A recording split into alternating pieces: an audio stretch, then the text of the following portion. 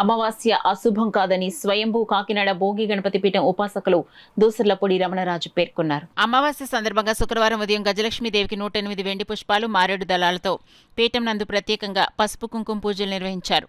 సముద్ర మధుర నుండి లక్ష్మీదేవి కార్తీక అమావాస్య రోజున జన్మించినందున చైత్రమాస ముగింపులో వైశాఖ మాస ప్రారంభ అమావాస్య శుక్రవారం రావటం వలన శుక్రగ్రహానికి మహాలక్ష్మి అమ్మవారికి ప్రీతికరమైన రోజైనందున ఓం శ్రీం హ్రీం క్లీం మహాలక్ష్మేయి నమః మున్నగు సహస్రనామ పారాయణతో పూజలు జరుపుకున్న గృహాల్లో స్థిర అష్టైశ్వర్య సంపద, సుస్థిర నివాసం లభిస్తాయని, కుటుంబ కలహాలు తొలగుతాయని పీఠం వ్యవస్థాపక ఉపాసకులు దూసరపూడి రమణరాజు పేర్కొన్నారు. పూర్వీకులకు సక్రమంగా తర్పణాలు ఇవ్వకపోవడం వల్ల గృహాలలో సంపద నిలవదని, పితృదేవతలకు తర్పణాలతో పాటుగా చేసే అన్నదానం వల్ల కర్మల దుష్ఫలితాలు విముక్తమై లక్ష్మీ కటాక్షానికి తావిస్తాయన్నారు. అమావాస్య శుభ ఫలితాలకు త్రోవ చూపే రోజని మహాలక్ష్మి పూజ సర్వదా శ్రీకరమన్నారు.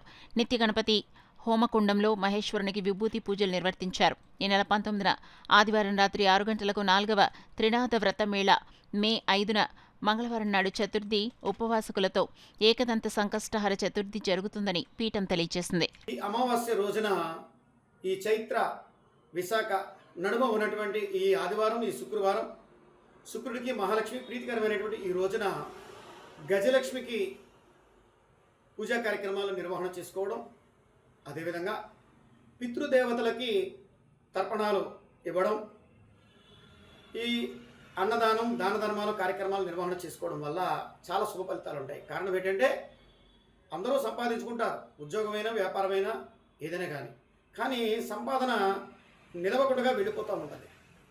ఈ సంపాదన నిలవకుండా వెళ్ళిపోవడానికి ప్రధానమైన కారణం ఏంటంటే వారి తల్లిదండ్రులు కానీ అంటే తల్లిదండ్రులు కానీ వారి తాత ముత్తాతలు కానీ 3 తరాల పాటు వాళ్ళకి ఈ పితృతర్పణాలు ఇచ్చేటువంటి కార్యక్రమాలు సజావుగా జరగకపోతే ఇటువంటి దుష్పరిణామాలు ఆ యొక్క గృహంలోని, ఆ యొక్క జీవితంలోనూ ఉంటాయి. కాబట్టి అటువంటి దుష్కర్మలు తొలగించుకోవడానికి ప్రత్యేకమైనటువంటి అవకాశం ఈ చైత్ర అమావాస్య, విశాఖ అమావాస్య, ఈ శుక్రవారం, శుక్రుడు మహాలక్ష్మికి ప్రీతికరమైనటువంటి ఈ రోజున ఈ యొక్క కార్యకలాపాలు నిర్వహణ చేసుకోవడం వల్ల అత్యంత శుభప్రదమైనటువంటి యోగాలు కలుగుతాయి. లక్ష్మీ కటాక్షం అనేటువంటిది నిలబడేటువంటి భాగ్యసిద్ధి కలుగుతుంది. కష్టాలు వైదొలుగుతాయి. అదేవిధంగా ఈ పితృదోషాలు ఏవైతే ఉన్నాయో అవన్నీ కూడా సమసిపోయి శుభాలు కలుగుతాయి.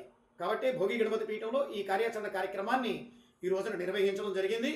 ఈ గణపతి పీఠంలో స్వయంభూను దర్శించుకునే ప్రతి ఒక్కరికి కూడా ఈ శుభ ఫలితాలు అందుతాయి.